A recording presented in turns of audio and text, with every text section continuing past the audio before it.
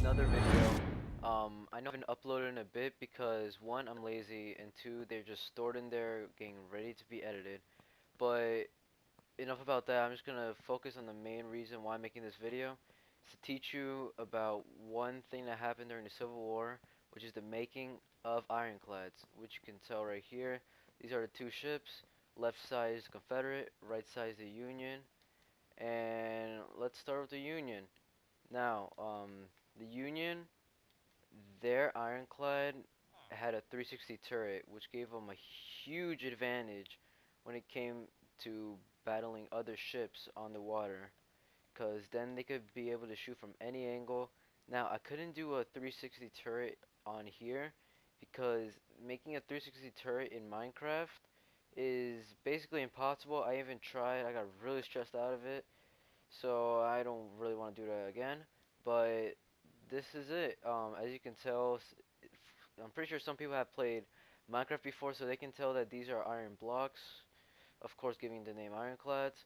Now, in here is just a little detail. They didn't say this stuff in all the sources that I went on, but this is just like my depiction of how like small rooms slash quarters would be in the ship.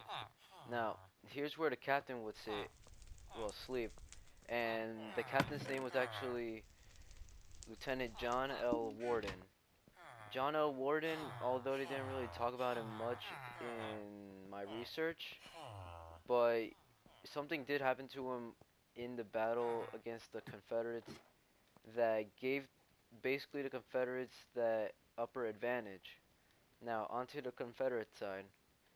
But before I start with that, the Confederates actually started the whole making of ironclads because in one battle, the Confederates actually captured a CSS Virginia during the Civil War, and when they captured it, it was damaged and everything, so they rebuilt it, but this time with iron plates, giving it the name Ironclads.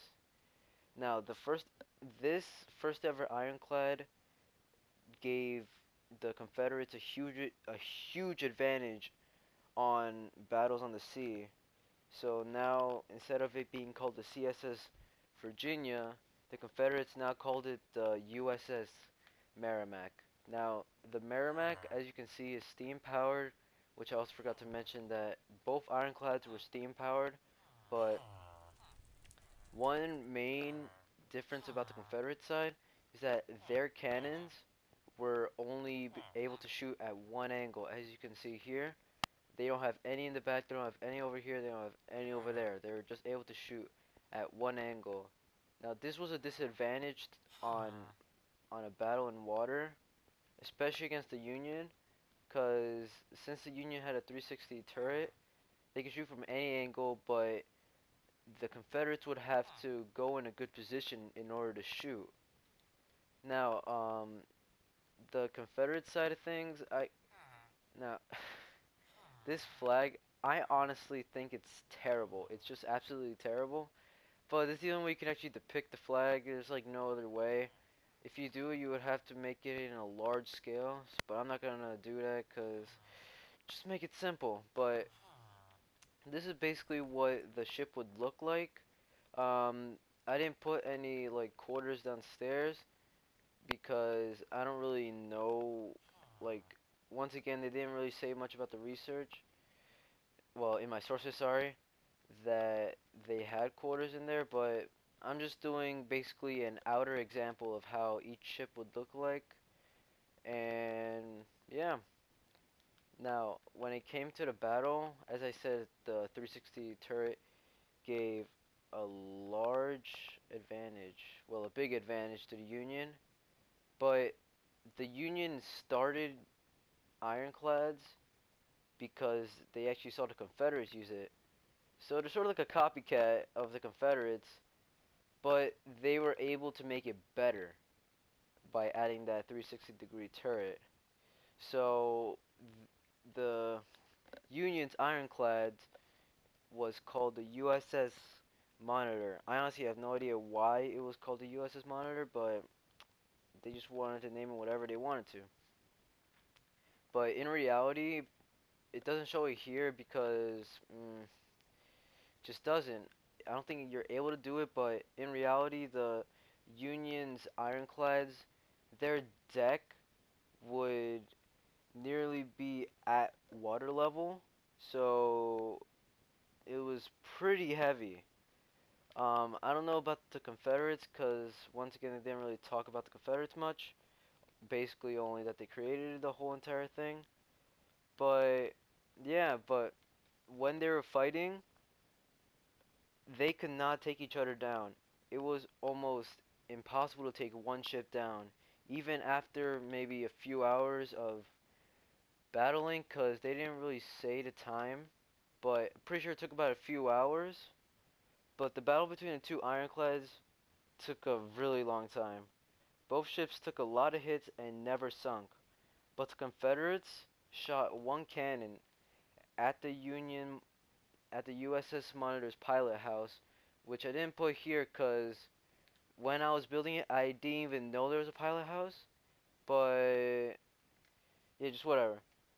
So the Confederates shot the pilot house, which temporarily blinded Lieutenant John L. Worden. And with this little amount of time of John L. Worden being blinded, they decided to escape from the battle and end the battle in a draw. Now, 2 months later, and this kind of sucks, 2 months later, the USS Merrimack was trapped by Union forces. The Confederates knew that the Union would take the USS Merrimack and use it for themselves and be basically unbeatable on the seas. So they took evasive actions and they just blew it up. It was just like boom, boom, boom, and boom, boom. So they just blew the whole thing up, never to be used again, mainly by the Union because then they would have lost every single battle in the seas. And right now I'm just going to show you an example of how they blew it up. It was just like that. Just blew it up, never to be used again by anybody. So that's basically it. Ironclads wasn't one of those really major battles of the Civil War, but it brought a new sort of way of battling on the seas. So at the end, the Union won the battle, and now they had this new, I don't know what they call it technology, but this new way of battling on the seas. Instead of using normal wooden ships that could be broken down by 4 shots of cannons and just be sunk down, they had a way to make ships basically invincible on the seas to win every single battle against every single enemy. And just ignore that, don't worry about it. So that's basically it. I'm just going to show you a few scenes of what you see here, and that's it. Like, comment, subscribe if you enjoyed, and say later on your history teacher, like, he's just going to come out, like, Mr. Richard's just going to be like, yo, you need to search up something on the internet that has to do with this part of the Civil War called Ironclads. Then you're just gonna be like, oh yeah? Well, I got this guy at Alpha 60 Napalm who made a video about it. So get wrecked, Mr. Richards. And then he's just gonna be like, okay, I'm sorry. And yeah, and remember to share, especially with your history teachers, because they're probably gonna like it. And you better give me credit, because I need the credit. But anyways, like, comment, subscribe it if you enjoyed. And remember to listen in history classes, and if you ever hear anything about ironclads, come back here, and then you'll find lots of information about it, pretty basic information, and I hope that's it. Have a good day.